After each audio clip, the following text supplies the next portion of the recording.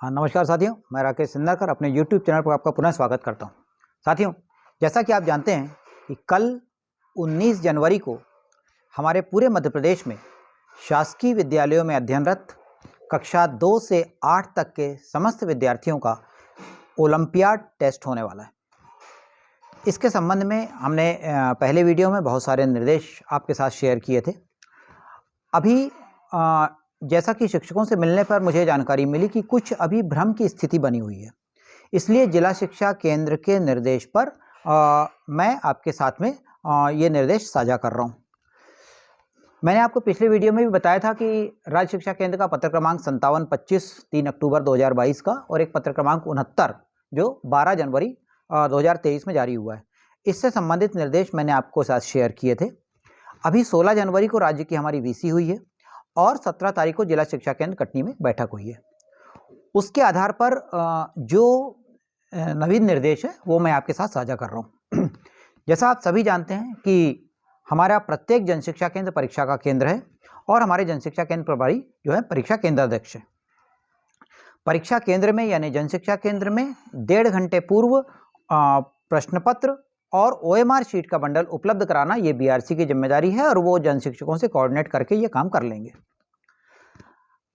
आपको sitting arrangement के लिए एक PDF पहले भी व्हाट्सएप ग्रुप के माध्यम से शेयर की हुई थी और उस बैठक व्यवस्था में स्पष्ट था PDF में कि कक्षा 2 और 3 के कितने बच्चे हैं, 4 और 5 के कितने बच्चे हैं और 6 और 8 के उस केंद्र में कितने बच्चे हैं, उसके अनुसार उनके अनुक्रमांक है। और मैं आशा करता हूं कि हमारे समस्त जनशिक्षा केंद्र प्रभारी महोदय हैं, उन्होंने और इसके अनुसार सिटिंग अरेंजमेंट कर लिया होगा। सिर्फ एक सुझाव ये दिया गया है जिले से कि चूंकि 2 से 5 तक का जो परीक्षा का समय है वो 11 बजे से 12:30 तक है और 6 से 8 का समय 11 बजे से 1:30 बजे तक का है। इसलिए आपको ये सुझाव दिया जाता है कि यदि आप 6 से 8 की बैठक व्यवस्था अलग कक्ष में रखेंगे तो ये थोड़ा सुविधाजनक होगा।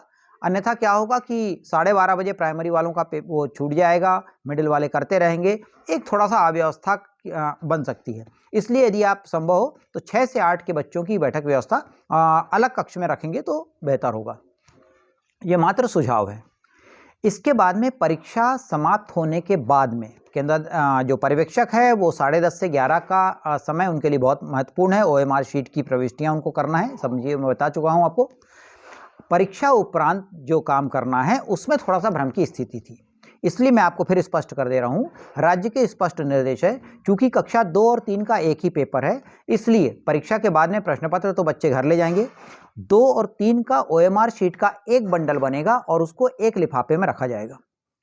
उसी प्रकार से कक्षा 4 और 5 का एक बंडल बनेगा और उसको एक लिफाफे में रखा जाएगा और 6 से 8 का एक बंडल बनेगा, उसको भी एक लिफाफे में रखा जाएगा।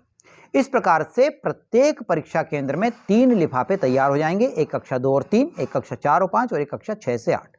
लिफाफे के ऊपर जो डॉकेट के रूप में हम लोग जो जानकारियां लिखते हैं उस जानकारियों में भी एक रूपता लाने के लिए हमने एक व्हाट्सएप ग्रुप के माध्यम से उसको शेयर किया हुआ है कि लिफाफे के ऊपर आप कौन सी जानकारियां लिखेंगे। उसमें ओलंपियाड सत्र 2022-23 है, विकासखंड का नाम है, परीक्षा केंद्र का नाम है, केंद्र क्रमांक है, कक्षा 2 से 3 है, 4 से 5, 6 से 8 इसका उल्लेख करेंगे, विषय का उल्लेख करेंगे, परीक्षा का दिनांक लिखेंगे, है ना, और इसके बाद में कितने उस परीक्षा में दर्ज हैं, कितने सम्मिलित हुए, कितने अनुपस्थित का अनुक्रमांक, नीचे केंद्राध्यक्ष की, सहायक केंद्राध्यक्ष की और 2 पर्यवेक्षकों की हस्ताक्षर हो जाएगा।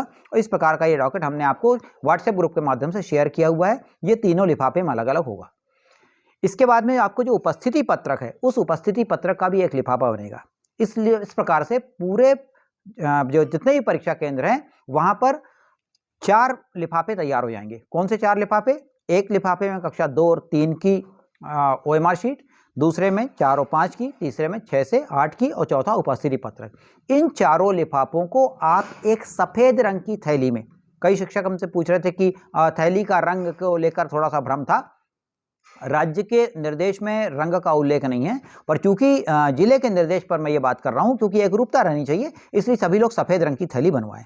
और सफेद रंग की थैली में ये चारों लिफाफों को आप रखकर उसको सिल लेंगे, चपड़ा लगा देंगे। चपड़ा लगाने के बाद में उस थैली के अंदर क्या क्या आपने रखा हुआ है उसका एक डिटेल आपको ऊपर नीले स्केच पेन से लिख देना है।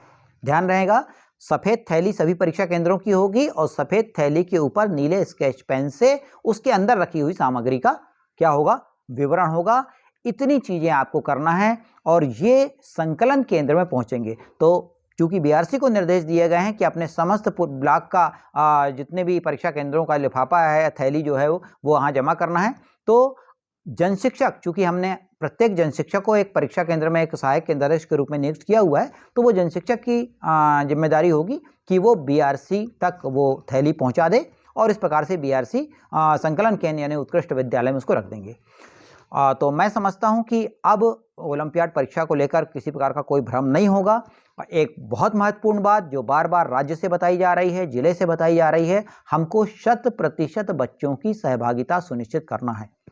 तो मेरा सभी जन शिक्षक साथियों से, सभी संस्था प्रभारियों से, सभी शिक्षकों से ये विशेष आग्रह है कि शाला ने जिन भी बच्चों का रजिस्ट्रेशन किया है और जिनके एडमिट कार्ड आपने वितरित किए हैं, उन समस्त बच्चों को, इसलिए बार बार कह रहा हूं क्योंकि ये मेला लगा हुआ है, ठंड का समय है, उपस्थिति कम है, लेकिन फिर भी हमको प्रयास करके पालकों से संपर्क करके हर स्थिति में बच्चे को परीक्षा केंद्र में उपस्थित कराना है।